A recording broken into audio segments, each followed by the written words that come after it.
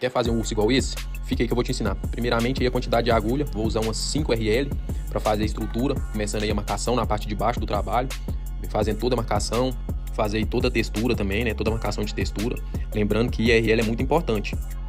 O grande erro da galera é, por medo de deixar o trabalho muito artificial, não usar RL, com medo de ficar muito marcada. Então, você vai usar RL não fazendo traços, você vai vir esculpindo o pelo, mostrando a direção para onde que ele vai, o sentido do pelo, fazendo a estruturação para depois você vir com a Magnum, dando a profundidade, dando volume, dando contraste. É o sentido do pelo, o movimento, a textura com o RL e a sombra com a Magnum, observando a referência que vai dar o aspecto de realismo. Aí vocês vão observar que eu venho fazendo toda a estruturação do traço, venho fazendo todo o sentido, com muita calma, muito superficial, para não ficar um traço muito marcado, é só para dar o sentido e para servir de guia quando você vier com a Magnum. Agora, usando a 11 Magnum, eu venho fazendo como se eu tivesse 20 anos pelo. O sentido que você fez a marcação, você vem passando a Magnum. Às vezes você vem com ela de quina, de lado, e às vezes você vem com ela com um ângulo chanfrado.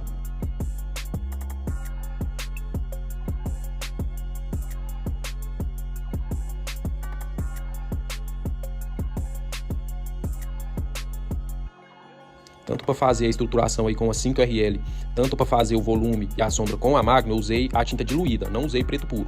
Preto puro eu vou usar aí somente em algumas partes do focinho, né? E algumas partes da boca, o resto só com diluído, diluição de 50% e 30%.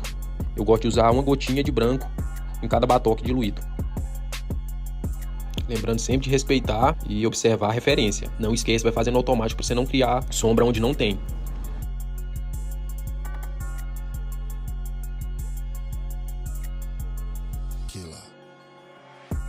Aí vou fazendo com muita calma, muita paciência. O movimento tem que ser um movimento de pêndulo, para não pesar na entrada nem na saída, sem pesar muito a mão, para ficar um trabalho suave, para não agredir a pele, para ter uma boa cicatrização. Aí, como eu já fiz os pelos, agora eu vou vir dando alguns ajustes, fazendo algumas sombras para preencher algum espaço de pele. Repare que a tatuagem está quase finalizada e não está avermelhada, não está com aspecto de machucado. Isso é uma aplicação uniforme e homogênea.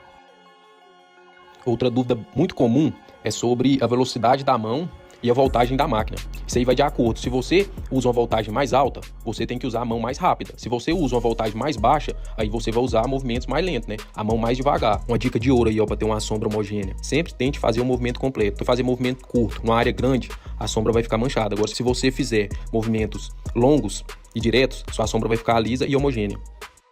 Uma coisa que eu vejo que atrapalha muito o trabalho de alguns artistas é a pressa. Às vezes ali a canseira de muito tempo tatuando, a pessoa acaba adiantando, acelerando o processo que tem que ser feito com calma. Então, o segredo aí é paciência e muito estudo.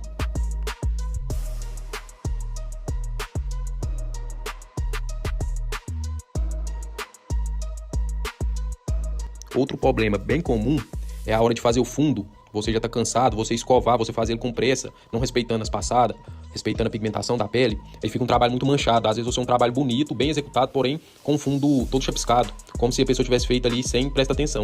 Então vamos tentar aí pro final da tatuagem, tanto na aplicação do branco, tanto no fundo, você fazer com bastante calma, para não estragar o que você fez ali com muito capricho. Agora já com o branco, para dar os últimos detalhes, coloca os últimos brilhos ali, não colocar muito também, para não ficar um trabalho muito artificial.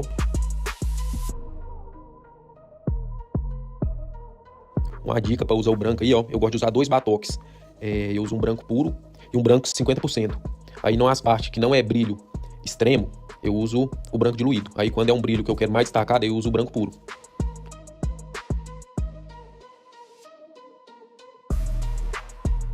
Se você está gostando desse tipo de conteúdo, deixa nos comentários qual a sua dúvida, o que você quer aprender aqui.